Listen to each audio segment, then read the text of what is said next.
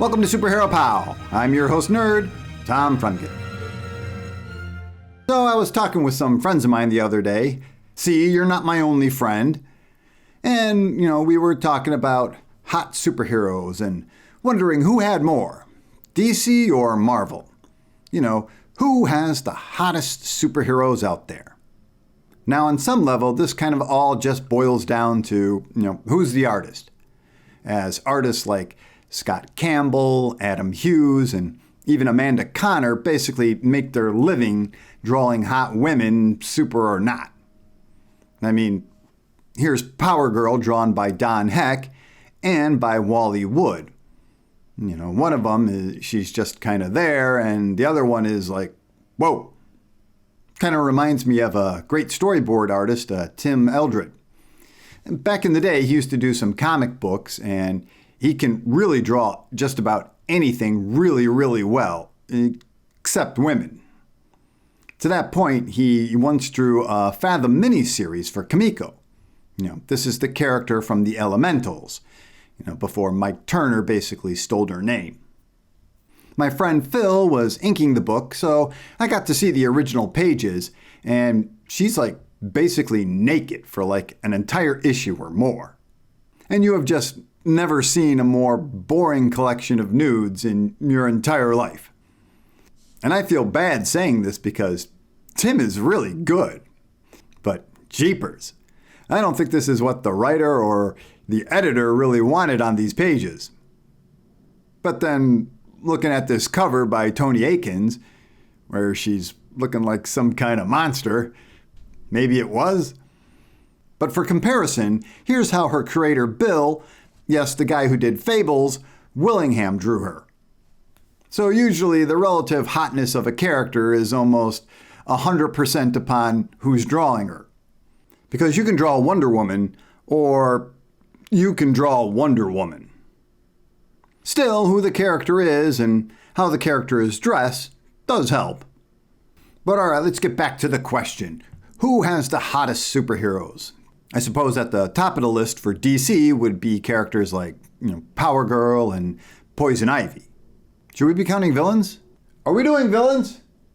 All right. Over at Marvel, I suppose the top of the list would have to be, Psylocke and Black Cat. I said we're doing villains. With that, I'm inclined to give it to Marvel. Marvel always seems to have made its rep on sizzle more than DC. Bigger action, bigger drama, bigger heroes, and so, of course, bigger hotness, if that's a term. But I mean, check out these minor characters from the 1970s. Satana and Gamora. Yeah, the 70s was quite a time, I guess. And here's Tigra, basically wearing the smallest costume you possibly can. That reminds me of an old Svengoolie joke. What's that? You'd like to see more of Wonder Woman on TV? Well, me too, but that's as small as the censors will allow her costume. But yeah, Marvel just always seems to push stuff. I mean, remember, Psylocke originally looked like this.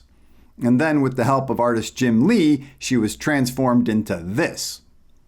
And I'll never forget when the X-Men character Boom Boom was first created, she was supposed to be more normal looking. But that doesn't fly at Marvel, so she looks like this now.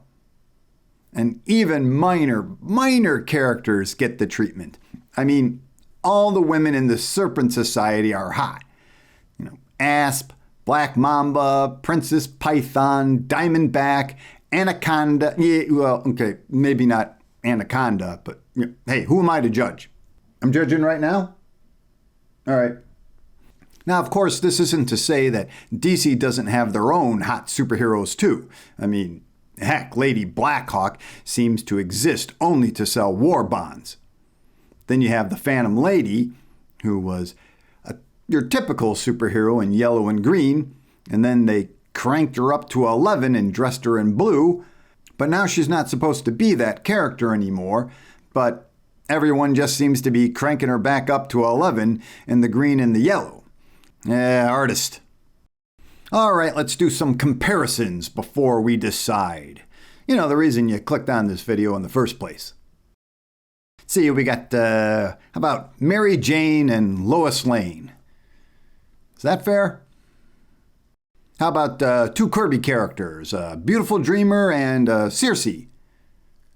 Okay, that has to be unfair. I mean, that's Art Adams right there. We got Black Canary and Black Widow. Catwoman and Rogue. How about Dream Girl and Ms. Marvel? My, how they've changed. How about the one-time Wonder Woman, Nubia, and the one-time Captain Marvel, Photon? Mary Marvel and She-Hulk. Mira and Namorita. We even got some robots like Platinum and Jocasta. How about Nightshade and Valkyrie? We got Starfire and Aurora. Shadowlass and Moondragon. We also have Star Sapphire and Thundra. Vixen, Storm. Wildcat and the White Queen. How about some old schoolers like Hawkwoman and Jean Grey? And then, of course, got Wonder Girl and Magic.